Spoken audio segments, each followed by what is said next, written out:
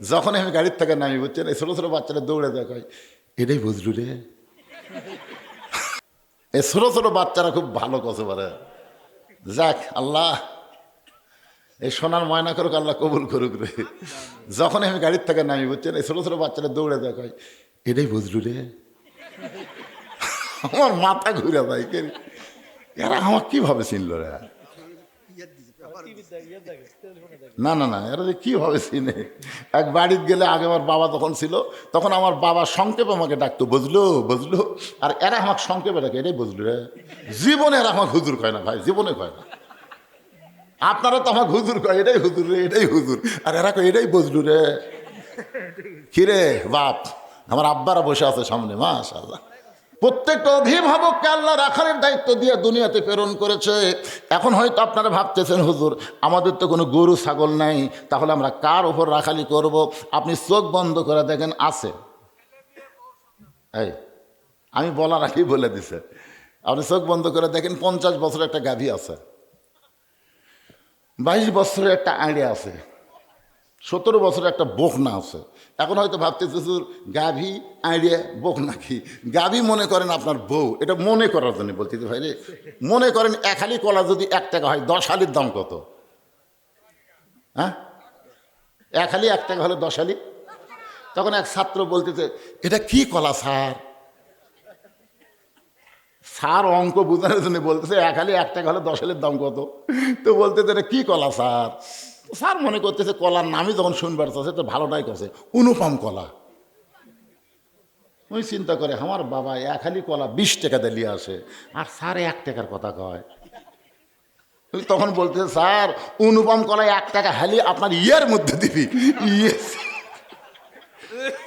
এটা বুঝানোর জন্য বলতেছে ভাই। মনে করেন এটা আবার বাড়িতে যখন কন্যা বউ গাভী কষে, এটা বুঝানোর জন্য বলতেছে। মনে করেন 50 বছরের গাভী হচ্ছে আপনার বউ, 22 বছরে আনে হলো আপনার ছেলে, 17 বছরের বকনা হলো আপনার মেয়ে।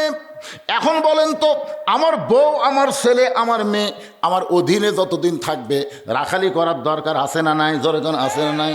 আপনি মসজিদের সামনে কাতারে নামাজ পড়েন, আলহামদুলিল্লাহ, আপনার চাইতে ভালো মুসল্লি কেউ নাই।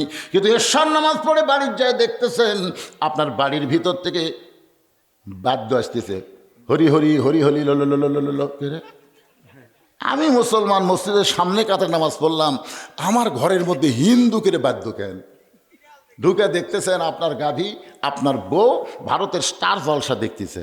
এখন বলেন তো, আপনি নামাজ পড়বেন আর আপনার বাড়িয়ালি স্টার জলসা দেখবে, আপনার রাখালির দরকার আছে না নাই? রাখালি কি হেলাবেন্টি দিয়ে? আস্তে করে বইয়ের কাছে বসে রিমোট কন্ট্রোল দিয়ে টিভি অফ করে বলবেন, বিবি তুমি যে ভারতের স্টার জলসা দেখতেছো, ওই ভারতের খবর জানো? বউ বলতেছে, ভারতের খবর কি? ভাই ভারতের খবর হলো, আমাদের 400 বছরের পুরাতন মসজিদ ভাঙ্গা, 400 বছরের বাবরি মসজিদ ভাঙ্গা, তারা ওই জায়গাতে রাম মন্দির তৈরি করছে। ভারতে রাম মন্দির বানানোর বহু জায়গা আছে, কিন্তু কোনো ফাঁকা জায়গা রাম মন্দির না বানায়া আমাদের মসজিদ ভাঙ্গা ওই জায়গা রাম মন্দির তৈরি করছে। যেই ভারতের হিন্দুর বাচ্চারা আমাদের মসজিদ ভাঙ্গা রাম মন্দির তৈরি করে, ওই ভারতের চ্যানেলে দেখা যায়। বউ বলতেছে, এই কথা আপনি আমাকে আগে কননি কেন? আমি আজ থেকে ভারত বয়কট করলাম। বউ বলতেছে, আজ থেকে আমি ভারত বয়কট করলাম। যে ভারত মসজিদ ভাঙ্গা মন্দির বানাই, ওই ভারতের চ্যানেল দেখা যাবে। এই জন্য ভারত বয়কট, ভারত। আরো জোরে জোরসে বলেন, এ মাইরা, আজ থেকে এই মুহূর্ত থেকে ভারতের কোনো চ্যানেল দেখা যাবে। কারণ ভারতেরা হিন্দু, হিন্দুরা নাটক করে, সিনেমা করে পূজা দিয়ে, আর এই পূজার বাদ্য মুসলমানের ঘরত যদি বাজে, ওই ঘরত ফেরেশতা আসবি? আপনি দেখেন না কে, আপনার বউ তো আপনি সাইজ করলেন, এখন আড়িয়া আপনি শীতের মধ্যে আসসালাতু খায়রুম মিনান নাম শোনার সঙ্গে সঙ্গে আপনি বাপ মসজিদে ওযু করে আসতেছেন, কিন্তু আপনার ছেলের দিকে একটু খবর শোনেন তো। ওই আজান দেওয়ার আগে কিন্তু 3.5 হাতি আসছিল। আজান দেওয়ার আগে আপনার 22 বছর যে আজান শুরু হয়ে গেছে, ওই তখন ল্যাপ মাথার উপর দিস, আজান শুরবি রাজে, তো ল্যাপ মাথার উপর দিলে পাও টাইনে বুকের সাথে, আপনি জানলা দিয়ে তাকে দেখতেছেন, পাও নেই মাথাও নেই। আমার আইডিয়া কোথায় রে? বিলাই যেমন ইন্দুর ধরে, বিলাই যেমন ইন্দুর ধরে, আপনি চুপি চুপি ঘরের মধ্যে ঢুকে খালি কম্বল টানতে দেখেন, ল্যাপের তলে আপনার ব্যাটার সাইজ আর সকালবেলা সাইড টিভি কুত্তার সাইজ একই সাইজ। ফজরের নামাজ বাদ দিয়ে ঘুম পাড়ে যারা, কুত্তার আমল করে তারা। আমি যেই বলব ফজরের নামাজ বাদ দিয়ে ঘুম পাড়ে যারা, আপনার বলবেন কুত্তার আমল করে তারা। বলতে পারবেন ভাইজান? ফজরের নামাজ বাদ দিয়ে ঘুম পাড়ে যারা, যারা বলতেছে না এরাই ফজর পড়বি না রে। না না, মসজিদের উন্নয়ন মানে কি? টাকা দিয়ে মসজিদ টাইল ফাইল দিয়ে বিদেশি প্যাটার্নের মসজিদ করে কোনো লাভ হবে না। মসজিদের উন্নয়ন হচ্ছে মুসল্লি কালেকশন করা। জোরে করার কথা ঠিক কিনা? আর 5 ওয়াক্ত নামাজের মধ্যে সবচাইতে গুরুত্বপূর্ণ নামাজ হলো ফজরের নামাজ। একের 60 গলা খাকা দেন। আমি যেই বল ফজর নামাজ বাদ দেয় ঘুম পাড়ে যারা, আপনার বলবেন কুত্তার আমল করে তারা। ফজরের নামাজ বাদ দেয় ঘুম পাড়ে যারা, এই ছোট ছোট বাচ্চারা খুব ভালো কথা বলে। যাক, আল্লাহ এই সোনার ময়না করুক, আল্লাহ কবুল করুক রে। যখন আমি গাড়ির থেকে নামি, বুঝছেন, এই ছোট ছোট বাচ্চারা দৌড়ে দেয়, কয় এটাই বুঝলু রে। আমার মাথা ঘুরে যায়, এরা আমার কিভাবে চিনল রে? না না না, এরা কিভাবে চিনে? এক বাড়িতে গেলে, আগে আমার বাবা তখন ছিল, তখন আমার বাবা সংক্ষেপে আমাকে ডাকতো, বুঝলো বুঝলো। আর এরা আমাকে সংক্ষেপে ডাকে, এটাই বুঝলু রে। জীবনে এরা আমাকে হুজুর কয় না ভাই, জীবনে কয় না। আপনারা তো আমাকে হুজুর কয়, এটাই হুজুর রে, এটাই হুজুর। আর এরা কয় এটাই বুঝলু রে। কিরে বাপ, আমার আব্বারা বসে আছে সামনে, মাশাআল্লাহ। আল্লাহ তোমাকে কবুল করুক, জোরে কান আমিন। একটু মনোযোগ দিয়ে শোনেন। 17 বছরের একটা মেয়ে আছে, যেই লোকটা চেয়ারে নামাজ পড়বে, দাঁড়ায় নামাজ পড়তে পারবে না, সে বাড়িতে নামাজ পড়বে। কারণ তার জামাতে নামাজ পড়া দরকার নাই। লা ইউকাল্লিফুল্লাহু নাফসান ইল্লা উসআহা। আল্লাহ কোরআনে বলেছেন তোমার কষ্ট হবে এমন কিছু আমি আল্লাহ তোমাকে দেই নাই। যদি দাঁড়াবার না পারো বসে নামাজ পড়ো, বসাও যদি না পারো শুয়ে থাকা নামাজ পড়ো, শুয়ে থাকাও যদি না পারো ইশারার দ্বারা পড়ো। যতক্ষণ তুমি দাঁড়ায় নামাজ পড়তে পারবা ততক্ষণ জামাতে পড়বা, আর যতক্ষণ দাঁড়াবার পারবা না ততক্ষণ তুমি একা একা নামাজ পড়বা, তোমার জামাতে নামাজ পড়া দরকার নাই। আমার কথা কি বুঝবার পারলেন? ওমর ফারুক বলে রাখান, আজানের গুরুত্ব দিও। 5 ওয়াক্ত নামাজের মধ্যে সবচাইতে গুরুত্বপূর্ণ আজান হলো কোন নামাজের আজান? কেরে যুবক ছেলেরে কথা বলো নাকি বাবা? একটা পর্যন্ত মোবাইলের ফেসবুক চালাও। ফজরের আজানের মধ্যে একই শব্দ অন্য আজানে নাই, বেশিবার বলে 2 বার। একই শব্দ যেটা অন্য আজানে নাই, ফজরের আজানে মুয়াজ্জিন বলে। এই শব্দ তোমাদের জানা আছে? কি শব্দ? আপনি যুবক তাই আমি এই ফেসবুক আলা করে বলতেছি, কথা কর না কেন? যুবক শোনো, বুড়া বয়সে নামাজ ধরে কোনো লাভ হবে না। নামাজ হচ্ছে কয়টা ঘুরতেছে, দেখছেন দেখছেন দেখছেন।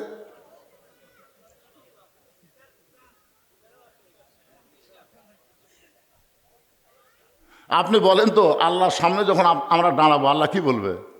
তোমার শৈশবকালের কোনো হিসাব আমি চাই না, বুড়াকালের কোনো হিসাব দেওয়া লাগবে না, তাহলে যৌবনকালের হিসাব দেওয়া জান্নাতে যাও। নামাজ হচ্ছে সরকারি চাকরির মতন ইবাদত।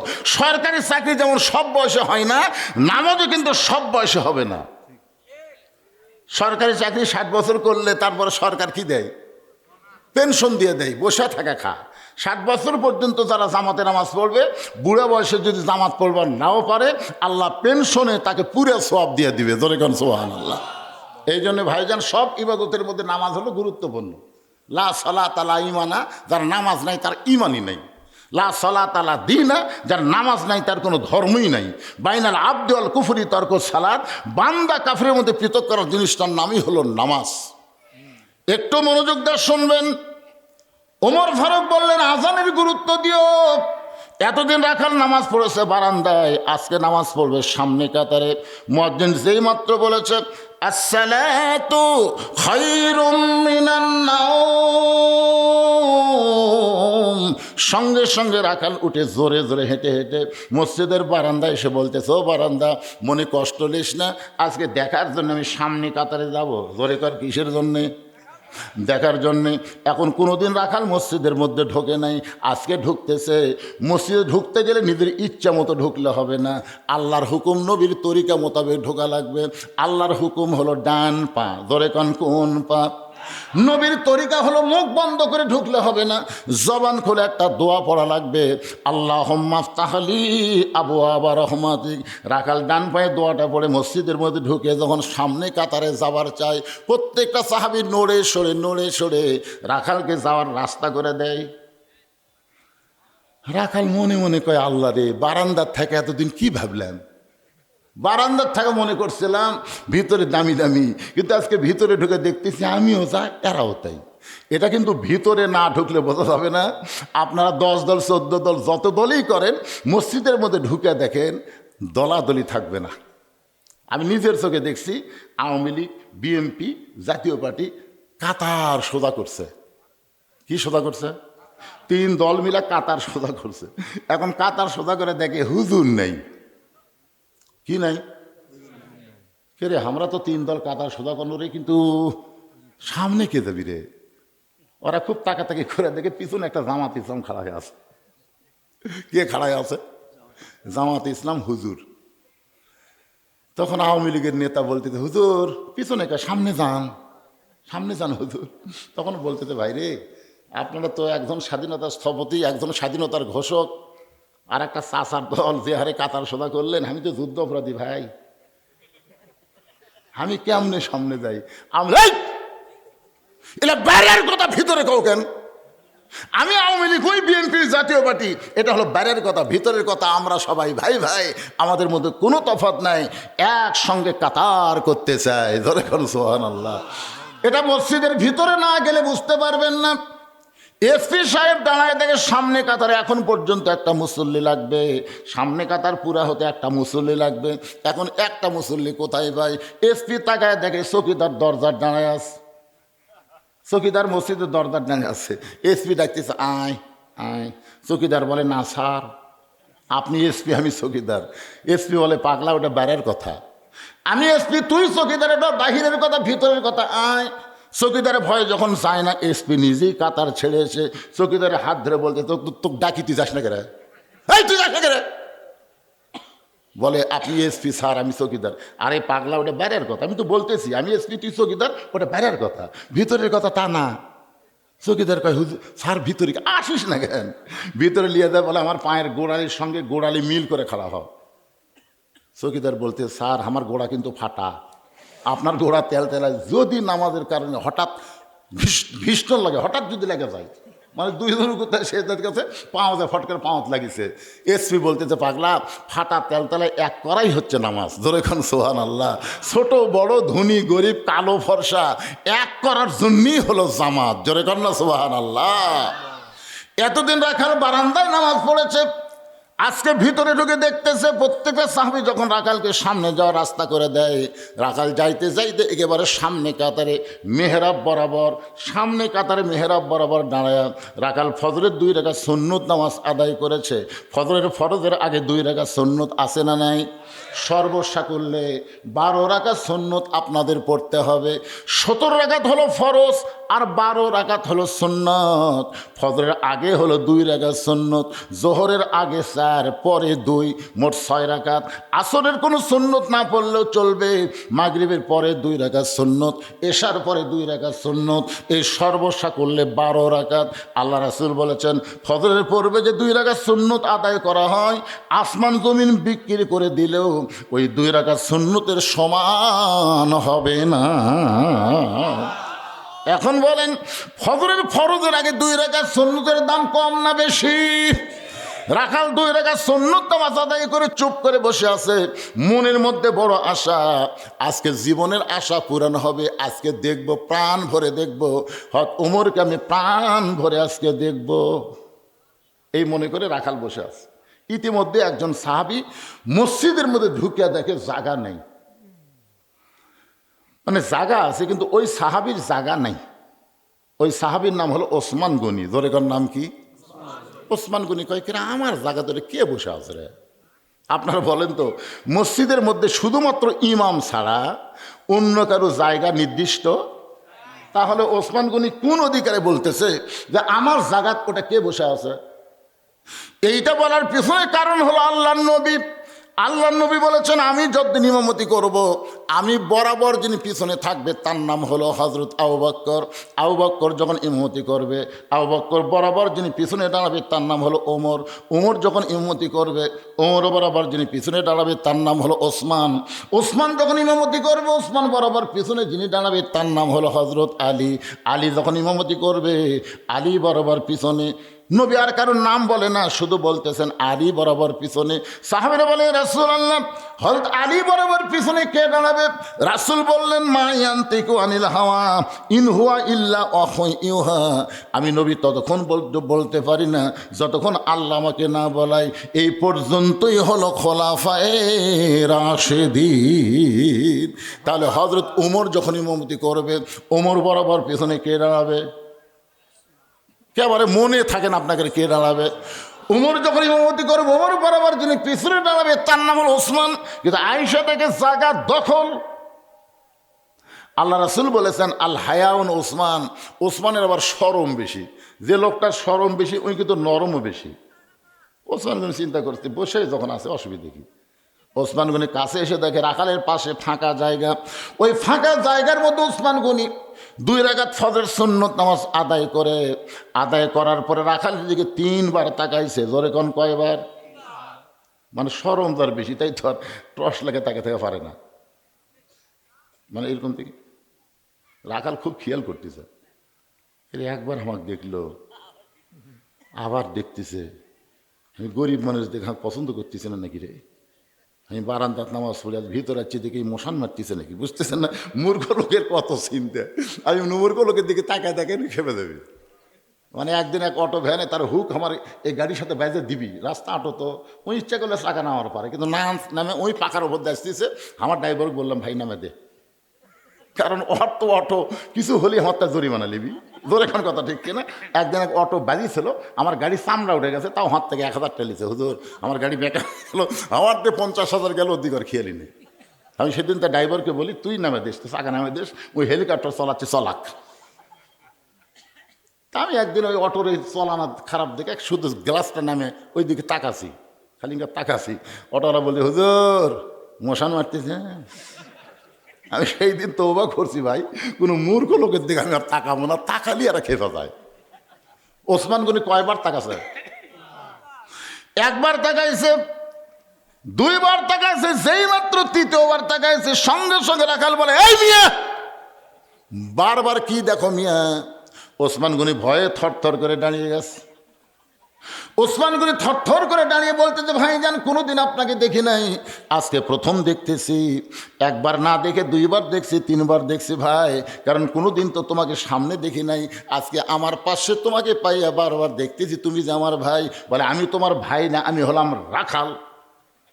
ওসমান গনি বলতেছে, তুমি আমার ভাই। আর উনি বলে, আমি তোমার ভাই না, আমি হলাম রাখাল। যেই বলতে আমি রাখাল, সঙ্গে সঙ্গে ওসমান গনি মুসকি মুসকি হাসতেছে। কারণ রাখাল যারা হবে তাদের ভাষা নরম হলে হবে না, রাখালের ভাষা মাঝে মধ্যে গরম হওয়া লাগবে। ধরে কোন কথা ঠিক কিনা? আল্লাহর নবী বলেছেন প্রত্যেকটা অভিভাবককে আল্লাহ রাখালের দায়িত্ব দিয়ে দুনিয়াতে প্রেরণ করছে। আল্লাহ দেখছেন কোনোদিন?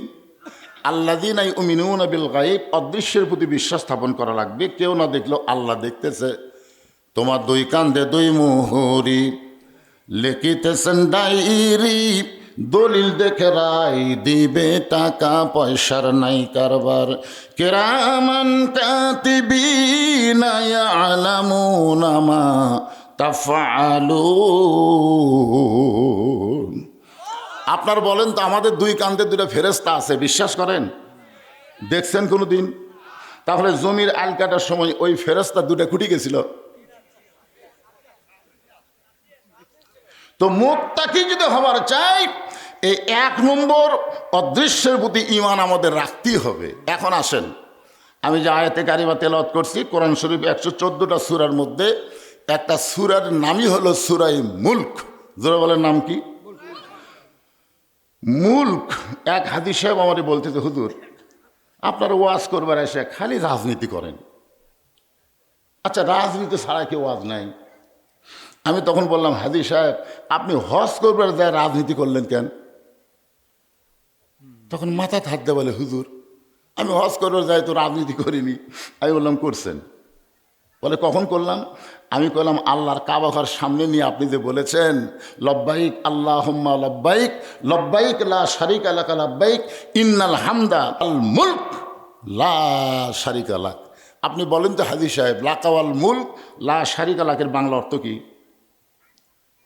তাহলে হুজুর এটা তো সবার তালে পড়েছি, এর তো বাংলা অর্থ জানি না। আমি বললাম, এই শব্দের বাংলা অর্থ হলো রাজত্বের ভিতরে, রাজনীতির ভিতরে একমাত্র আল্লাহ ছাড়া আমি অন্য কাউকে স্বীকার করি না। হজ করার আগে আপনি যে দল করছেন করছেন, অসুবিধা নাই, কিন্তু হজ করার পরে যদি কোনো মানুষের দল করেন তাহলে আল্লাহ আপনার হজ কবুল করবে না। কারণ আল্লাহর কাবা ঘর সামনে নিয়ে আপনি স্বীকারোক্তি দিচ্ছেন লাকাওয়াল মুলক লা শারিকা লাক। কোরআন শরীফের 114টা সূরার একটা সূরার নামই হলো মুলক। চার স্টলে বসে গল্প করতেছে আমাকে 5 ফিরে, এতদিন আওয়ামী লীগ ক্ষমতায় ছিল, আগামীতে বিএনপি ক্ষমতাতে আসতেছে। এই কথা শুনে আমি বললাম, নাউজুবিল্লাহ নাউজুবিল্লাহ নাউজুবিল্লাহ। সাইড থেকে একজন এসে কয়, হুজুর নাউজুবিল্লাহ কেন? আমি বললাম, পাগলা, এই কথাটা হলো শিরক কথা। এই কথা হলো সম্পূর্ণ শিরক। কেন আওয়ামী লীগ ক্ষমতায় ছিল না, বিএনপিও ক্ষমতায় আসবে না, সবসময় যিনি ক্ষমতায় তিনি হলেন আমার আল্লাহ। আওয়ামী লীগ যদি ক্ষমতা থাকে তাহলে 24 সালের 5ই আগস্ট পলালো কেন? পলালো কেন? তার মানে বোঝা গেল ক্ষমতার মালিক মানুষ না, ক্ষমতার মালিক কে? এই কারণে আল্লাহ বললেন, তাবারাকাল্লাযী বিয়াদিহিল মুলক ওয়া হুয়া আলা কুল্লি শাইইন কাদির। গোটা পৃথিবীর রাজত্ব কর্তৃত্ব মালিকানা কার হাতে? সাথে সাথে হুহা না করলে পাপ হবে। এটা কি আমার বাপের কথা বলতেছি না আল্লাহর কথা? তাহলে গোটা পৃথিবীর রাজত্ব মালিকানা কার হাতে? সমস্ত ক্ষমতার মালিক কে? আওয়ামী লীগ ক্ষমতায় ছিল না, বিএনপি ক্ষমতায় আসবে না, সবসময় যিনি ক্ষমতায় থাকবেন তিনি কে? আল্লাহ মাঝে মধ্যে কাউকে ক্ষমতা দেয়। আল্লাহ ক্ষমতা দেয়, দিয়ে দেখে কি করে। ক্ষমতা পাইয়া যদি ভুলে যায় যে আমার উপর কেউ আছে, তাহলেই বিপদ। আছে না নাই? দরকার আছে না নাই? হ্যাঁ, এই জন্য খুব খেয়াল করবেন। আল্লাহ বলতেছেন, জি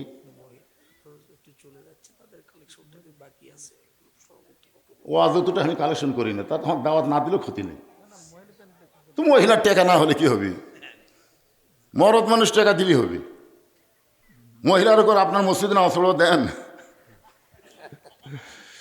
আহলে হাদিসের মধ্যে মহিলারাও মসজিদে নামাজ পড়ে, কিন্তু হানাফির মধ্যে মহিলা মসজিদ হাত দেশে দেয়, তাহলে আরো টাকা কি তুলে দিবি? এই মায়ের, এই আপনাকে ওয়াজ করবো তো আমি, এমন ফাতেমার কান্দার ওয়াজ কর্ম মা যায় না মা। হায় হায় রে, আসলে মেয়েদের সমস্যা বুঝলেন। সকালবেলা উঠে স্বামী ভাত চাবি, ঘুমোতে করে দে ভাত দে, এখন ভাত দেবার না পারলে যদি কেউ আসুকবার গেছ চাপাত বাড়ি খাবি, এই জন্য বিপদ তো।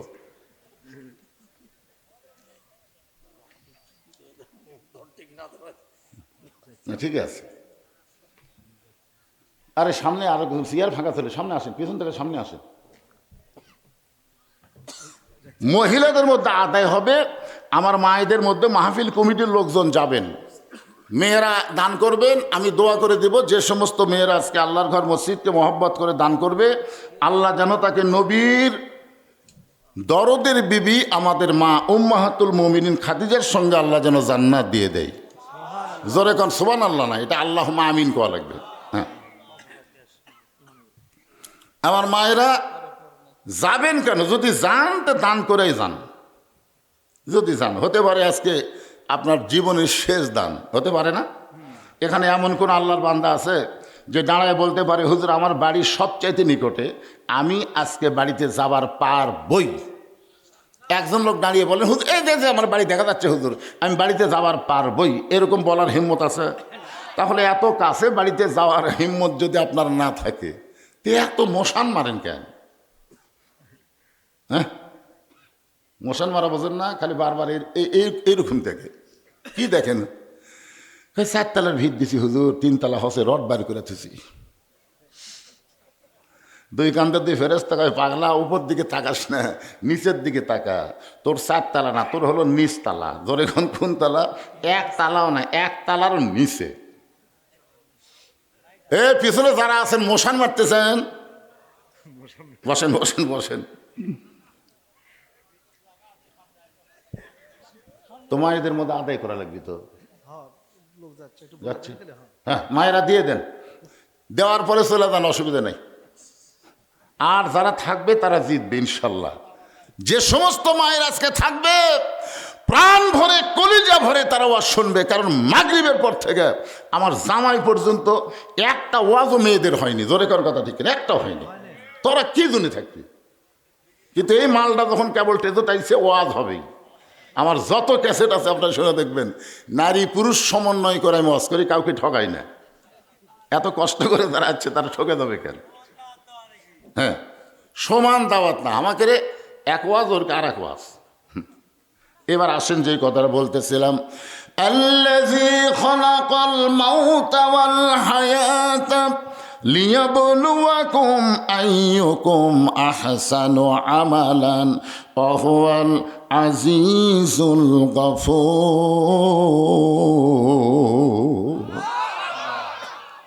এই মালটা কে? এটা এসে খাড়া হলো, কে এটা? কে কে? এরকম এখন থেকে যদি সাইজ করে না পারেন, সামনে বিপদ আছে। এখন থেকে এদের সাইজ করা লাগবে। রাসূল বলেছেন 7 বছর থেকে, কয় বছর?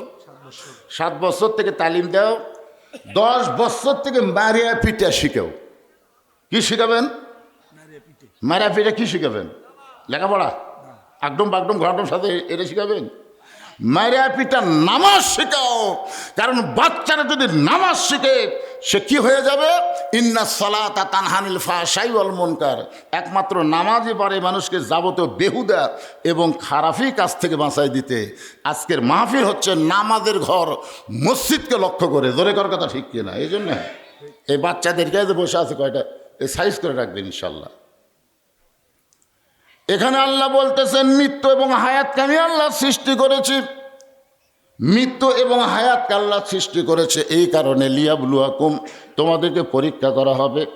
আইয়ুকুম আহসানু আমালা, এই পরীক্ষার সাবজেক্টটা হলো সুন্দর আমল।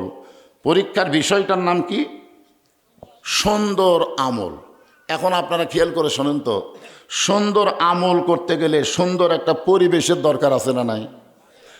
সুন্দর একটা পরিবেশ যদি তৈরি করতে চাই, সুন্দর একটা সমাজের দরকার আছে। সুন্দর একটা সমাজ যদি তৈরি করতে চাই, সুন্দর একটা রাষ্ট্রের দরকার আছে।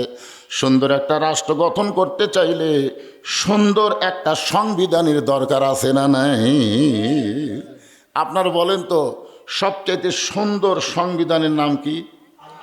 আরো জোরে।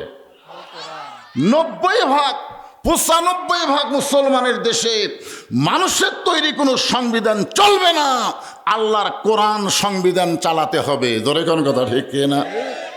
আল্লাহর কোরআন যখন সংবিধান হয়ে আমাদের বাংলাদেশে চলবে, তখন আমাদের চরিত্রটা কেমন হবে, কি রকম ভালো, এটা বোঝানোর জন্য বলতেছি। ভাইজান একটু মনোযোগ দিয়ে শুনবেন। বাংলাদেশের মতন 96টা রাষ্ট্র একত্র করলে যত বড় হয়, তত বড় একটা রাষ্ট্রের খলিফা হচ্ছেন হজরত উমর। বাংলাদেশের মতন কত? 96টা বাংলাদেশ একত্র করলে যত বড় এরিয়া হবে, তত বড় এরিয়ার একটা খলিফা হচ্ছেন হজরত উমর। চিন্তা করে দেখেন, সেই মানুষটা মসজিদের মেম্বরে বসে ডান হাতে ডান গালে চড় মারে, বাম হাতে বাম গালে চড় মারে, নিজের গালে নিজেই থাপড়ায়।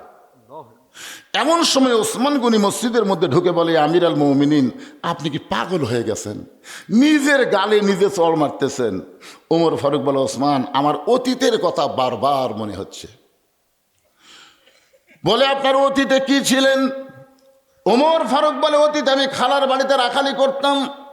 ছাগল চড়াতাম, সন্ধ্যাবেলায় ছাগলগুলো যখন ফেরত আনতাম, আমার খালা আমাকে বলতো, ওমর কয়টা ছাগল নিয়ে গেলে, কয়টা ফেরত আনলে? আমি ছাগলগুলো গুনে দেখি 2-4টা কম, আমি আবার দৌড় দিতাম। ওই ছাগলগুলো খুঁজে খুঁজে কুড়ে এনে যখন খালারে জমা দিতাম, খালা আমার মাথার চুল ধরে বলতো, ওমর যেই ভুল আজকে করেছ, এই ভুল যদি আগামীকাল করো, তোমার রাখালির চাকরি কিন্তু ক্যান্সেল হয়ে যাবে। আমি খালার পা ধরে বলতাম, খালা আমার রাখালির চাকরি যদি ক্যান্সেল করে দেন, তাহলে আমি থাকবো কোথায়, খাবো কি? একদিন সেই ওমর রাখালির চাকরি রক্ষা করার জন্যে খালার পা ধরে কেঁদেছে, আজকে সেই উমরকে আল্লাহ অর্ধ পৃথিবীর খলিফা বানাইছে। এটা উমরের যোগ্যতাই নয়, এটা কেবলমাত্র আল্লাহর কোরআনের ওসিলা। এখন বলেন এই কোরআনের পাওয়ার আছে না নাই? কিন্তু আমাদের বাংলাদেশে কোরআনের পাওয়ার শুরু হয় মরার পরে। পাওয়ার শুরু হয়। বেগম খালেদা জিয়া দুনিয়া থেকে বিদায় নিছে, বহু মাদ্রাসায় কোরআন খতম চলতেছে। ধরে কথা কর না কেন? কোরআন খতম চলতেছে, কোরআন পড়ে পড়ে দোয়া করা হবে। যেই লোকটা জীবিত অবস্থায় কোরআনের পক্ষে কোনো কাজ করেনি, সেটা আমি হোক আর আপনি হোক, যাই করেন, জীবিত অবস্থায় কোরআনের বিরুদ্ধে চারণ করছে, মরার পরে তার জান্নাতের জন্য কোরআন খতম দেওয়া আল্লাহর সাথে ঠাট্টা করা, আল্লাহর সঙ্গে মস্করা করা। আল্লাহ বলতেছেন কোরআন কোনো মরা মানুষের কিতাব না, কোরআন হলো জীবিত মানুষের হেদাত। এই কারণে আল্লাহ বললেন, অনুনাজ্জিলু মিনাল কুরআনি মা হুয়া শিফাউ ওয়া রাহমাতুল লিল মুমিনিন। এর বাংলা একটা অর্থ আছে, আমি বলবো? আমি যেই বলবো আপনার সাথে সাথে স্লোগান দেবেন, সব সমস্যার সমাধান। এটা একটা হলো, বিশ্বাস করতেছেন না? এই দুটার কি হবে? এই তোর কি হবে রে? খুঁজলে দেখেন এরা হল সিজার করা মাল। এই যেটি একটা বসে আছে, কিছুক্ষণ পর উটপুট করতেছে।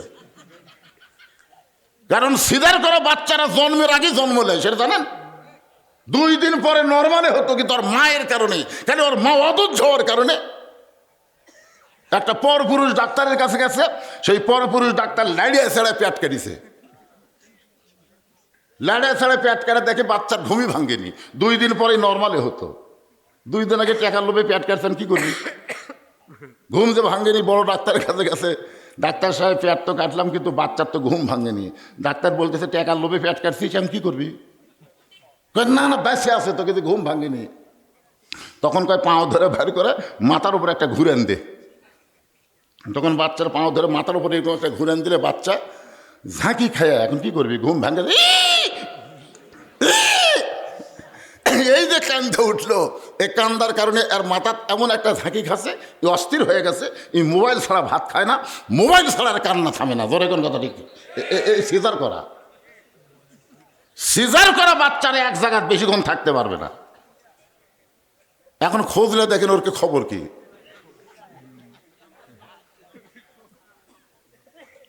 আমার তো বাচ্চা দরকার নাই, আমার বাচ্চার বাপ আর মায়ের দরকার। এই বাচ্চাকে শোনা লাগবে কেন? ঘুমিয়ে দেন। একটু মনোযোগ দিয়ে শুনবেন। লিয়াবলুয়াকুম আইয়ুকুম আহসানু আমালান ওয়া হুয়াল আজিজুল গফুর। সূরা মুলকের 2 নম্বর আয়াতের তাফসীর চলতেছে। ওমর ফারুক বললেন, ওসমান, একদিন খালার বাড়িতে রাখালি করতাম, আজকে আল্লাহ আমাকে অর্ধ পৃথিবীর খলিফা বানাইছে। এখানে ওমরের কোনো পাওয়ার না, সব পাওয়ার হলো আল্লাহর কোরআন। চিন্তা করে দেখেন, সেই কোরআন তো আমাদের দেশও আছে। হযরত ওমর ছদ্মবেশে, আমরা কেন বলতেছি সব দেখা হলো শেষ, আগামীতে দেখব কোরআনের বাংলাদেশ। আজকে আমি আপনাদেরকে এই কষ্ট করে যারা বসে আছেন তাদেরকে এই কোরআন শরীফ একটু দেখাবার চাই। এতদিন তো খালি ওয়াজ শুনলেন, আজ একটু নিজের চোখে দেখা লাগবে। রাজি আছেন? কি দেখবেন? এতদিন কি করছেন? কোরআন শুনছেন, আজকে একটু দেখেন এটা জিনিসটা আসলে কি। দেখা লাগবে না? যদি 12ই ফেব্রুয়ারি কোরআনের দল, ইসলামী দল যদি পাশ করে তাহলে কোরআন কি, এই জিনিসটা আজকে আমি আপনাদের দেখাইতেছি। একটু মনোযোগ দিয়ে সবাই দেখার চেষ্টা করবেন। অর্ধজাহানের খলিফা হযরত ওমর ছদ্মবেশে মদিনার অলি গলি ঘুরতেছেন। হঠাৎ হযরত ওমর দেখতে পাই দুই পাহাড়ের মাঝখানে একটা বিস্তীর্ণ মরুভূমি। ওই মরুভূমির মধ্যে একজন রাখাল উট আর দুম্বা চড়ায়। হযরত ওমর আল্লাহর কোরআনকে দেখার জন্য রাখালকে সালাম দিলেন, আসসালামু আলাইকুম রাখাল ভাই, আমার পেটে ক্ষুধা লাগছে, আমি উটের এক পেয়ালা দুধ চাই। রাখাল মুচকি মুচকি হাসে। ওমর ফারুক বলে, রাখাল আমি তোমাকে সালাম দিলাম, উটের এক পেয়ালা দুধ চাইলাম, তুমি মুচকি মুচকি হাসো কেন? রাখাল বলতেছে, তোমার সালামের উত্তর দিব না, তোমাকে উটের দুধও দিব না। ওমর ফারুক বললেন, আমার দোষ। রাখাল বলতেছে, তোমার এক নম্বর অপরাধ হলো আগে তোমার পরিচয় দাও, আগে তোমার পরিচয় দাও, তুমি কে? ওমর ফারুক চিন্তায় পড়ে গেলেন, আমার কি পরিচয় দিব? আমি আল্লাহর কোরআন দেখার জন্য ছদ্মবেশ ধারণ করেছি, এখন যদি আমার পরিচয় দেই তাহলে গুমর তো ফাঁস হয়ে যাবে। ওমর ফারুক চিন্তা করতেছেন, আমি কি পরিচয় দিব? আমার নাম ওমর, আমি অর্ধজাহানের খলিফা, এই পরিচয় দিব নাকি? এমন সময় আল্লাহর কোরআন বলে, ওমর, রাখাল যখন তোমার পরিচয় চাইছে তুমি আসল পরিচয় দাও। তোমার আসল পরিচয় হলো মিল্লাত আবিকুম ইব্রাহিম হুয়া সাম্মাকুমুল মুসলিমিন। আপনারা বলেন তো, কে মারা গেছে? 3 বারের প্রধানমন্ত্রী, দেশ নেত্রী খালেদা জিয়া না। আল্লাহ বলেছেন, লা তামুতুন্না ইল্লা ওয়া আনতুম মুসলিমুন।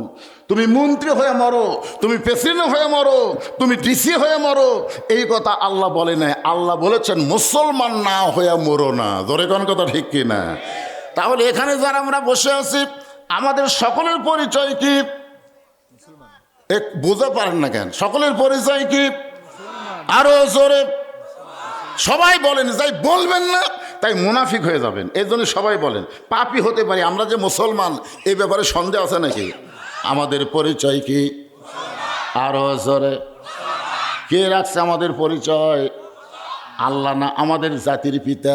মিল্লাতা আবিকুম ইব্রাহিম ওয়া সাম্মাকুমুল মুসলিমিন।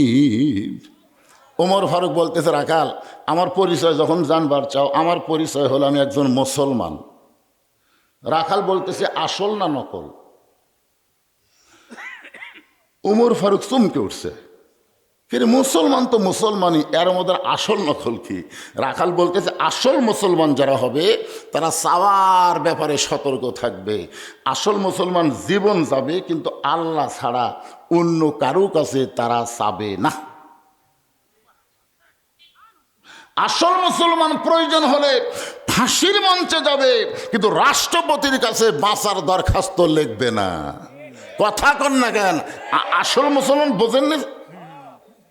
মতিউর রহমান নিজামীকে উকিল এসে বলতেছে, স্যার আপনি একটা দলের আমির, আপনি যদি রাষ্ট্রপতির কাছে বাঁচার দরখাস্ত লেখেন, রাষ্ট্রপতি দয়া করে যদি আপনার দরখাস্ত কবুল করে তাহলে আপনার ফাঁসি কার্যকর হবে না। নিজামী সাহেব মুচকি মুচকি হাসতেছে। উকিল বলে, হাসেন কেন? বলে, হাসার কারণ হলো তুমি যার কাছে আমাকে দরখাস্ত লিখতে বলতেছো, এরকম 3 জন রাষ্ট্রপতিকে আমি ক্ষমতার থাকা অবস্থায় মরা দেখছি। একটা হলো শেখ মুজিবুর রহমান, একটা শহীদ প্রেসিডেন্ট জিয়াউর রহমান, একটা হলো জিল্লুর রহমান, যারা ক্ষমতার থাকতে নিজেরাই মারা যায়। তাদের কাছে কোনো ইমানদার জীবন ভিক্ষা চাবে না। উকিল বলতেছে, তাহলে আপনার ফাঁসি হবে। মুচকে হাসিতে বলে, আমার ফাঁসি হবে কিন্তু আমার মৃত্যু হবে না। উকিল কয়, কি কন? ফাঁসি হবে তো মৃত্যু হবে না কেন? সঙ্গে সঙ্গে আল্লাহর কোরআন তেলাওয়াত করতেছেন, ওয়ালা তাকুলু লিমান ইউকতালু ফি সাবিলিল্লাহি আমওয়াতুন বাল আহইয়াউ ওয়ালাকিন লা তাশউরুন। আল্লাহ রাস্তায় যাদেরকে অন্যায়ভাবে হত্যা করা হয়, আল্লাহ রাস্তায় যাদেরকে ফাঁসি দেওয়া হয়, তাদেরকে তোমরা মৃত্যু বলো না, আমি আল্লাহ বলতেছি তারা জীবিত। আপনারা বলেন তো, শহীদ প্রেসিডেন্ট জিয়াউর রহমান মারা গেছে না জীবিত আছে? মারা যায়নি, মারা যায় নাই। শহীদ প্রেসিডেন্ট জিয়া রহমান কিয়ামত পর্যন্ত বাংলাদেশের মানুষের অন্তরে অন্তরে থাকবে। জোরে কোন কথা ঠিক কিনা? তাকে হত্যা করা হয়েছে, তাকে হত্যা করার পরে তার ব্রিফকেস খুঁজে পাওয়া গেল, যায় নামাজ আর আল্লাহর কোরআন। এ কয়েকদিন আগে যাকে হত্যা করা হলো, আকাশেতে লক্ষ্য তারা, একটা চাঁদের আলো, হাজার কোটি মানুষের চাইতে একজন ওসমান হাদি ভালো। আপনার বলেন তো ওসমান হাদি মরছে? আমার গ্রামে এই কয়েকদিনের মধ্যে দুটা ছেলে আছে, দুইজনের নাম হচ্ছে ওসমান হাদি। দুধের নামে, উত্তর পাড়াতে একটা, দক্ষিণ পাড়াতে একটা, দুটাই ওসমান হাদি। আমি কইলাম কি আরে এ কি পাইলো? তার মানে বুঝাই দিল যে আল্লাহ রাস্তায় যাদেরকে হত্যা করা হয়, ওসমান হাদির প্রত্যেকটা ভিডিও দেখবেন, ও কিন্তু কার বিরুদ্ধে সবসময় কথা বলছে? বাংলাদেশের অধিপত্যের পক্ষে, বাংলাদেশকে যারা হরণ করতে চায়, ইনসাফ ভিত্তিক কথা বলেছে। জোরে কর কথা ঠিক কিনা? যার কারণে তাকে হত্যা করা হলে একটু মনোযোগ দিয়ে শুনবেন। রাখাল বলতেছে পথিক, ওমর ফারুক তার চিনে না, বলতেছে পথিক তুমি যে আসল মুসলমান হও তাহলে তুমি দুধ চাইছো কার কাছে? ওমর ফারুকের চোখ দিয়ে পানি পড়তেছে, আল্লাহ তোমার কোরআন যখন দুনিয়াতে চালু থাকবে, ওমর যদি ভুল করে একটা রাখাল পর্যন্ত তার ভুল ধরবার পারবে। জোরে কান্না সুবহানাল্লাহ। ওমর ফারুক বলে রাখাল রে, আসলে চাওয়ার ব্যাপার আমার ভুল হয়ে গেছে। রাখাল বলতে ভুলটা যখন স্বীকার করছো তাহলে আল্লাহ তোমাকে তওবা করার সুযোগ দিছে। সুবহানাল্লাহ খান না কেন? ভুল স্বীকার করলে তওবা আছে না নাই? আমার বড় ভাই আওয়ামী লীগ করে, 5ই আগস্টে যখন হাসিনা পলে গেল তখন আমার বড় ভাই দিকে আমার মাদ্রাসার মসজিদ যাচ্ছে, আমি আবার সিসি ক্যামেরা দেখবার ফেলেন। মাঝে মধ্যে আমার বড় ভাই কিন্তু আমাকে বলতো, একটু তিরস্কার করে বলতো, হুজুর যে কোনো সময় কিন্তু ধরা পড়বে। তা আমি আমার ভাইকে বললাম, ভাই আপনি কিসের ধরার ভয় দেখান? তখন পুলিশ ধরবি রে, র্যাব ধরবি। আমার ভাইয়ের হাত বুকের মধ্যে নিয়ে বললাম, ভাইজান যে কোনো সময় কিন্তু আপনিও ধরা পড়বেন। তো আমাকে বলতে আমি সরকারি দল করি রে। আমি বললাম আপনি আমার পুলিশ ধরার কথা কন, আর আমি আপনাকে আজরাইল ধরার কথা বলতেছি। ওরে বাবারে, চমকে উঠলেন কে? পুলিশ ধরলে তাও ছাড়বি রে, কিন্তু আজরাইল ধরলে কিন্তু ছাড়বি না। কথা কন না কেন? তা আমি আস্তে করে নামে এসে দেখলাম আমার ভাই মসজিদের মধ্যে নামাজ পড়তেছে। আমি বললাম, ভাই খবর কি? ভাই আমার তওবা করা। আমি বললাম কেন? বলে যেই দলের মেম্বার থেকে প্রধানমন্ত্রী পলে যায় এই দলত আমি আর নাই। আমি বললাম ভুলটা তখন বুঝবার পারছেন, তাহলে আপনাকে আল্লাহ তওবা করার সুযোগ দিছে। সুবহানাল্লাহ কন না কেন? কি যারা ভুল বুঝবে তাদের আল্লাহ তওবা করার সুযোগ আছে না নাই? রাখাল বলতে যে ভুলটা যখন স্বীকার করছেন তাহলে আল্লাহ আপনাকে তওবা করার সুযোগ দিল। ওমর ফারুক বলে, রাখাল তাহলে আমি তওবা করতেছি। রাখাল বলে, আপনি মূর্খ মানুষ, আপনি তওবা কেমনে করবেন? আমি তওবা করাই, আপনি আমার সঙ্গে তওবা পড়েন। ওমর ফারুক বলে, রাখাল আমার মধ্যে মূর্খামির কি দেখলা? রাখাল বলতেছে, চাওয়ার ব্যাপারে যারা সতর্ক থাকে না তারা হলো সব চাইতে বড় মূর্খ। সুবহানাল্লাহ কন না কেন? ওমর ফারুক বলে, রাখাল আসলেই আমি মূর্খ, তাহলে তুমি আমাকে তওবা পড়ায় দাও। এবার রাখাল হজরত উমরকে তওবা পড়াচ্ছেন। যারা এখনো মাগরিব এশার নামাজ না পড়া ওয়াজ শুনতেছেন, এখনো যারা মাগরিব এশার নামাজ না পড়ে ওয়াজ শুনতেছেন, আপনারা ফজর পর্যন্ত বাঁচবেন তার গ্যারান্টি আছে? এখান থেকে বাড়ির যাওয়ারই গ্যারান্টি নেই। তাহলে আপনি ইচ্ছা করে মাগরিব আর এশা বাদ দিয়ে ওয়াজ শুনতেছেন।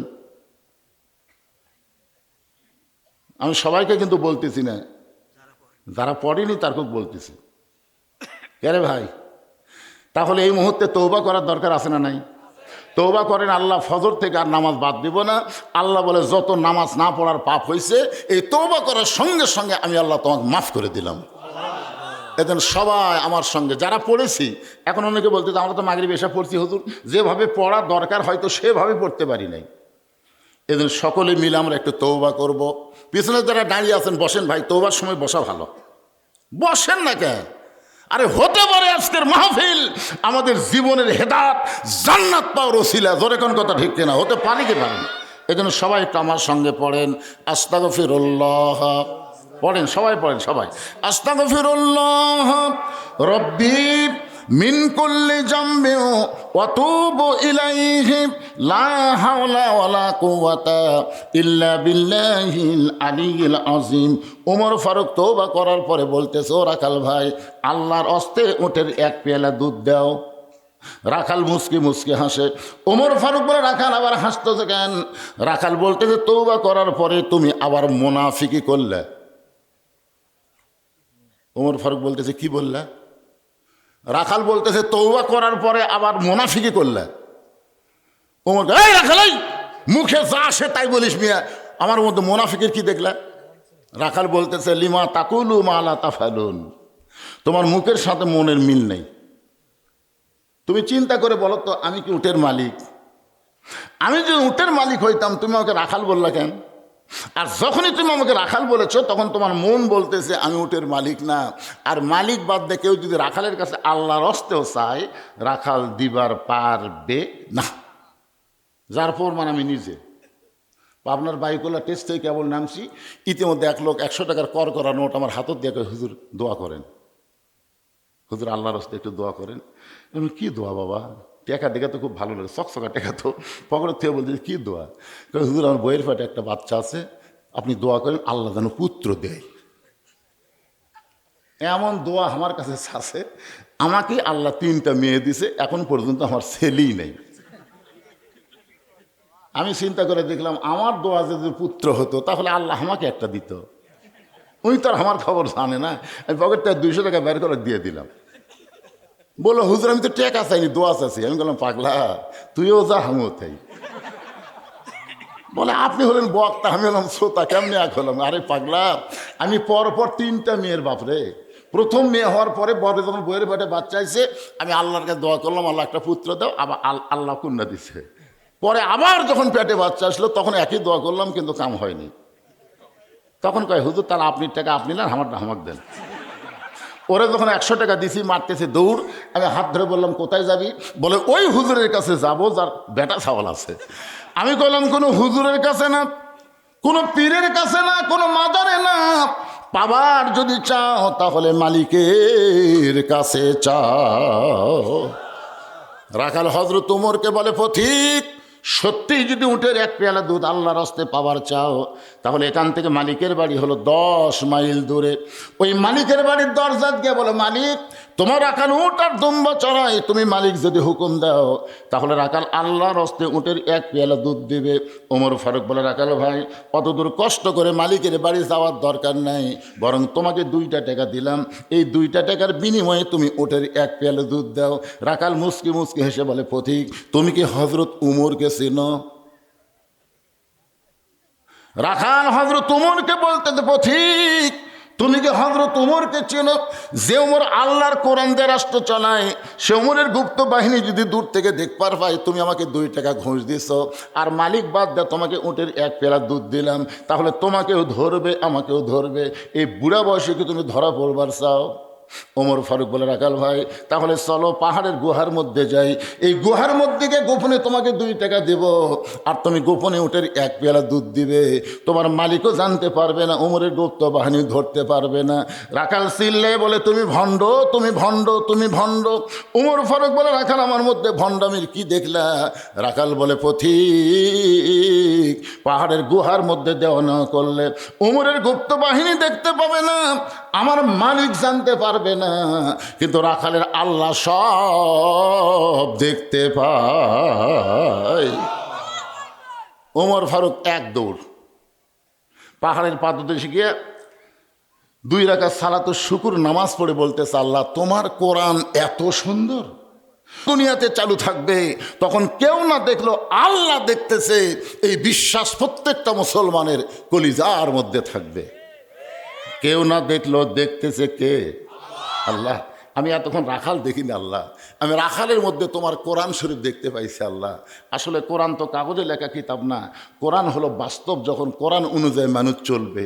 আল্লাহ তোমার কোরআন এত সুন্দর। এই বলে ওমর যখন কাঁদতেছে, পিছনে রাখাল এসে বলতেছে, পথিক কান্দে লাভ নাই, তুমি যতই কান্দো তোমাকে উটের দুধ আমি দিবার পারলাম না। ওমর ফারুক বলে, রাখাল ভাই, উটের দুধের কোনো দরকার নাই, বরং তোমার কাছে আমি জানতে চাচ্ছি, তুমি না দেখা আল্লাহকে কলিজার মধ্যে জায়গা দিয়ে তুমি যে আল্লাহর কোরআন অনুযায়ী চলতেছ, এর বিনিময়ে তোমার চাহিদা কি? রাখাল বলতেছে, আমার চাহিদার কথা শুনে তোমার লাভ কি? ওমর ফারুক বলতেছে, ভাইজান, তোমার ভালো কোনো বাড়ি নেই, ভালো কোনো চাকরি নেই, ভালো কোনো খাওয়া নেই, তুমি উঠ তোমরা সরাও রোদে পুড়ে পড়ে, এরপরেও তুমি আল্লাহর কোরআন অনুযায়ী চলতেছ, এর বিনিময়ে তোমার চাহিদা কি?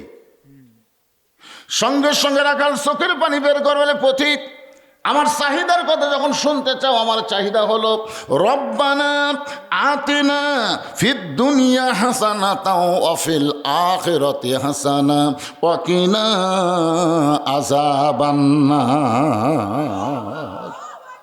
ওমর ফারুক বলে, পাগল, আমি হলাম মূর্খ, আমি মূর্খ, তুমি যে চাহিদার কথা কোরআনের আয়াত দিয়ে বললে আমি তো বুঝবার পারলাম না।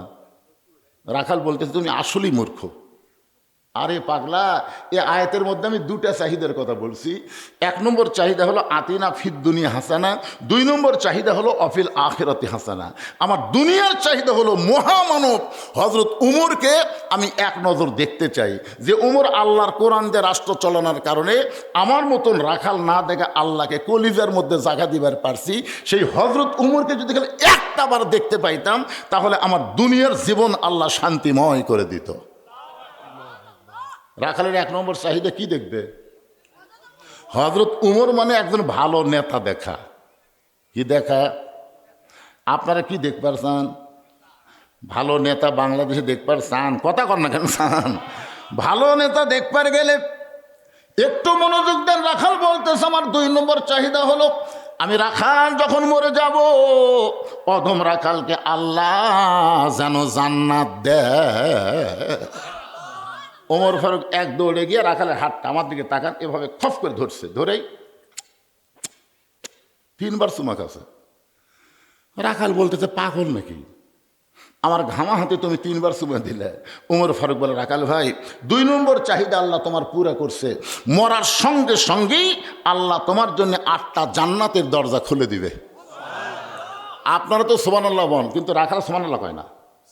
ওমর ফারুক বলে, রাখাল, তোমার 2 নম্বর চাহিদা আল্লাহ পুরা করছে, মরার সঙ্গে সঙ্গে আল্লাহ তোমাকে জান্নাত দিবে। রাখাল সুবহানাল্লাহ কয় না। ওমর ফারুক বলে, রাখাল, মরার সঙ্গে সঙ্গে আল্লাহ তোমার জান্নাত দিবে, তুমি সুবহানাল্লাহ কও না কেন? রাখাল বলতেছে, মরার পরে আল্লাহ আমাকে জান্নাত দিবে, এই বাকি কথা শুনে আমি সুবহানাল্লাহ কই না। ওমর ফারুক বলে, তুমি তাহলে কি শুনবার চাও? রাখাল বলতেছে, আমি হযরত উমরকে একবার দেখবার চাই, সে নগদ কথা বলতে তোমার কোন জাকাত বাজে? মরে গেলে জান্নাত, এ কথা সবাই বলবার পারে, কারণ মরে গেলে জান্নাত এটা নগদ না বাকি। কিন্তু হযরত উমরকে এক নজর দেখতে পাবো, এই নগদ কথা বলতে তোমার কোন জায়গায় বাজে? ওমর ফারুক চিন্তায় পড়ে গেলেন, আমি যে ওমর, এটা রাখালকে কেমনে বলবো? যে রাখাল আমাকে তওবা পড়াইছে, যে রাখাল আমাকে ভণ্ড কইছে, যে রাখাল আমাকে মুনাফিক কইছে, এখন যদি বলি আমি ওমর, বলাও সারা, রাখাল হাত ফেল করে মরাও সারা। এ জায়গাত কোনো গল্প চলবি না বাবা। কি সাউন্ড ঠিকই আছে? একটু কান ফেলে শোনেন, মনোযোগ দিয়ে শোনেন, বুঝলেন? মনোযোগ না দিলে তো খুব খেয়াল করবেন। যে রাখাল হযরত উমরকে তওবা পড়াইছে, জোরে কান কি পড়াইছে? যে রাখাল হযরত উমরকে মুনাফিক কইছে, যে রাখাল হযরত উমরকে ভণ্ড কইছে, এখন যদি বলি আমি উমর, বলাও সারা, রাখাল হাট ফেল করে মরাও সারা। ওমর ফারুক যে রাস্তা দিয়ে যায়, ওই রাস্তা দিয়ে শয়তান কয়দিন যায় না? ওমর ফারুকের চেহারার মধ্যে ভয় আছে না নাই? শয়তান দেখলে পালায়া যায়। এখন যদি বলে রাখাল আমি ওমর, বলাও সারা, রাখাল হাত ফেল করে মরাও সারা। ওমর ফারুক চিন্তায় পড়ে গেলেন, আমি কি করব? এমন সময় আল্লাহর কোরআন বলতেছেন, উদউ ইলা সাবিলি রব্বিকা বিল হিকমাহ। ওমর, ডাইরেক্ট যদি বলবার না পারো, তাহলে তুমি হিকমত অবলম্বন করো। ওমর ফারুক বলে, রাখাল ভাই, সত্যি যদি ওমরকে দেখবার চাও, তাহলে তোমাকে ফজরের নামাজ সামনে কাতারে আদায় করা লাগবে। ফজরের যদি সামনে কাতারে আদায় করতে পারো, মেহরাবের দিকে লক্ষ্য করে দেখবে, যেই মানুষটা ইমামতি করতেছে, ওই মানুষটি হলেন হযরত ওমর। আল্লাহর কোরআন দিয়ে যখন বাংলাদেশ চলবে তখন প্রত্যেকটা এমপিকে ওই এলাকার বড় মসজিদের ইমামতি করার যোগ্যতা থাকা লাগবে। কি যিনি তিনি নেতা হতে পারবেন না ভাইজান। এই জন্য সবাই তো চায় না কোরআন দিয়ে বাংলাদেশ চলুক, কারণ কোরআন দিয়ে যখন শাসন চলবে, কোরআন দিয়ে যখন বাংলাদেশ চলবে, যিনি তিনি এমপি হতে পারবেন না। এমপি হওয়ার আগে ইমামতি করার যোগ্যতা থাকা লাগবে। আমার কথা কি বুঝতে পারছেন? ওমর ফারুক কি বলতেছে, রাখাল সত্যি যদি ওমরকে দেখতে চাও তাহলে তুমি কুঠি যাও, সংসদ ভবন যাও, গণভবন যাও। এ কথা বলে নাই, বলেছে ফজরের নামাজ সামনে কাতারে আদায় করবা। ফজর যখন সামনে কাতারে আদায় করবা, মেহরাবের দিকে লক্ষ্য করে দেখবা যেই মানুষটা ইমামতি করতেছে ওই মানুষটি হলেন হজরত ওমর। রাখাল ছোট বাচ্চার মতন কান্দে। ওমর ফারুক বলে, রাখাল কান্দো কেন? বলে, কান্দার কারণ হলো আমি বারান্দাত নামাজ পড়ি, আমি মসজিদের ভিতরে কোনোদিন ঢোকার সাহস পাই না। মসজিদের মধ্যে দামি দামি সাহাবি, ওই দামি দামি সাহাবির মধ্যে আমি রাখাল কেমনে যাই? ওমর ফারুক চোখের পানি বের করে বলতে, রাখাল ভাই তুমি বারান্দায় নামাজ পড়ো, তুমি কম দামি, আর মসজিদের মধ্যে নামাজ পড়ে এরা বেশি দামি। এই উল্টা কথা তোমাকে বুঝালো কে? আপনারা খেরের উপর বসে ওয়াজ শুনতেছেন আর আমি চেয়ারে বসে ওয়াজ করতেছি। আমি দামি, আপনারা কম দামি, এই কথা আপনাদের কে বুঝাইলো? হাসরের ময়দানে হয়তো দেখা যাবে অনেক বক্তাকে আল্লাহ তক্তা বানায় জাহান্নাম দিবে, আবার অনেক শ্রোতাকে আল্লাহ বিনা হিসাবে জান্নাত দিয়ে দিবে। তাহলে এখানে দামি আর কম দামি, তুমি বারান্দায় নামাজ পড়ো, তুমি কম দামি, আর ভিতরে যারা নামাজ পড়ে এরা বেশি দামি, এই কথা তোমার কে বুঝাইলো?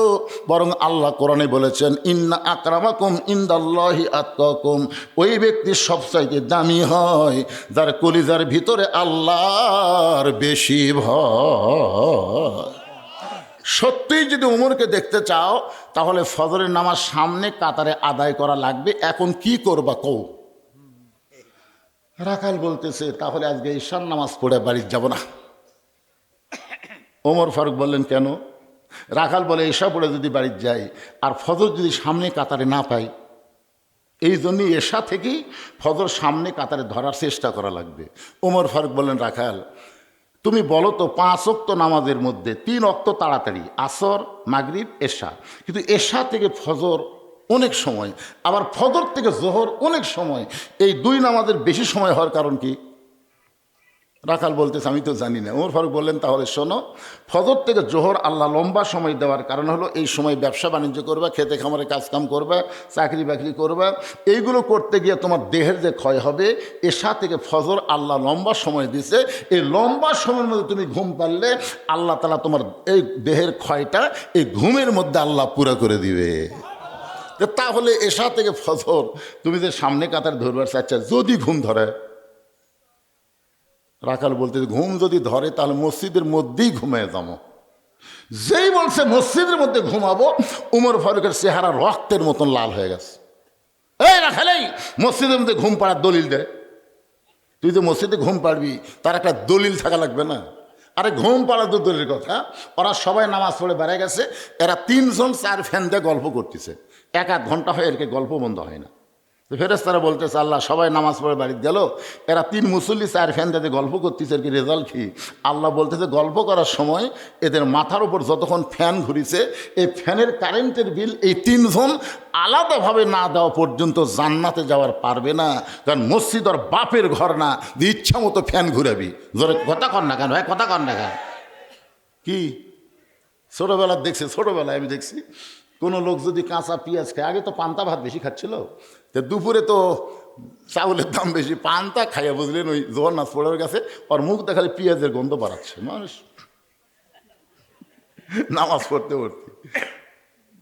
এই তুই জানিস না কাঁচা পেঁয়াজ কাঁচা রসুন খেয়ে মসজিদে আসলে ফেরেশতারা কষ্ট পায়, এই জন্য আগে কেউ কাঁচা পেঁয়াজ কাঁচা রসুন খেয়ে মসজিদে যায়নি। কি বলতেছেন?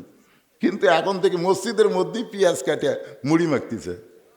হ্যাঁ, মসজিদের মধ্যে খুচখুচ করে পেঁয়াজ কাটতেছে। আগে পেঁয়াজ খাইয়াই যায়নি, এখন পেঁয়াজই করতেছে, মানে মসজিদ আর বাপের রান্নাঘর। এ কথা বল না কেন?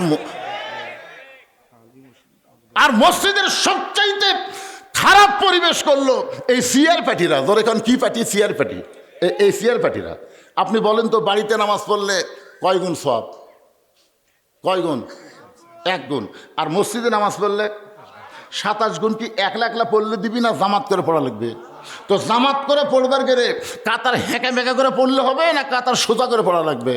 কাতার সোজা করার নিয়ম হলো পায়ের গোড়ালির সঙ্গে গোড়ালি মিল করে কাতার সোজা করা লাগবে। আল্লাহ রাসূল যতক্ষণ পর্যন্ত কাতার সোজা না হয়েছে ততক্ষণ রাসূল ইমামতি শুরু করেনি। এখন আপনার কাতারের মধ্যে যদি একটা চেয়ার থাকে, তাহলে বলেন তো যেই লোকটা চেয়ারে বসলো তার পায়ের গোড়ালির সঙ্গে আপনার গোড়ালি মিল খেলো, তাহলে 27 গুণ সওয়াব কি আপনার চান না? 27 গুণ সওয়াব যদি চান তাহলে আপনার কাতার থেকে চেয়ারটা টুস করে পিছনের কাতারে দেন। পিছনের কাতারের লোকেরা যদি 27 গুণ সওয়াব পায় তাহলে আস্তে করে চেয়ারটা তৃতীয় কাতারে দেন। তৃতীয় কাতারের লোক যদি 27 গুণ সওয়াব পায় আসল চেয়ারটা চতুর্থ কাতারে দেন। এক সময় 27 গুণ সওয়াবের আশায় একটা চেয়ারও মসজিদের মধ্যে থাকবি না, সব চেয়ার বারান্দার যাবি। জোরে কোন কথা কন না কেন ভাইজান?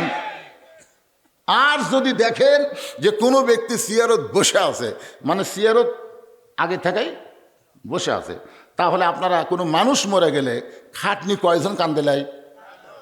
মনে করবেন যে লোকটা চেয়ারত বসে আছে ওই মরে গেছে, মনে করবেন ওই মরে গেছে, খাটনি লাশ মনে করে 4-5 জন ধরে আস্তে করে বারান্দার থেকে আসবেন। কারণ নামাজের ভিতরে বাহিরে যে 13টা ফরজ আছে তার মধ্যে একটা ফরজ হলো দাঁড়িয়ে নামাজ পড়া। বসে থেকে নামাজ শুরু করা যাবে না। জামাতে নামাজ পড়লে দাঁড়িয়ে নামাজ পড়া লাগবে। হুকুম কার? জোরে বলেন হুকুম কার? আল্লাহ কোরআনে ডাইরেক্ট বলেছেন কুমু লিল্লাহি কানিতিন, দাঁড়াও দাঁড়াও, আনুগত্য নিয়ে আল্লাহর জন্য দাঁড়াও। তুমি হেঁটে হেঁটে মসজিদে এসে তুমি চেয়ারে বসে ভাক্কা শুরু করছো। তোমাকে যদি শান করে মসজিদে আনতো সেটা ভিন্ন কথা। তুমি বাজার করো হেঁটে হেঁটে 10 কেজি ব্যাগলে গোটা এলাকা ঘুরে ঘুরে বাজার করতেছে, আর মসজিদে এসে আমার চেয়ার কুটি রে, আর চেয়ার কুটি রে।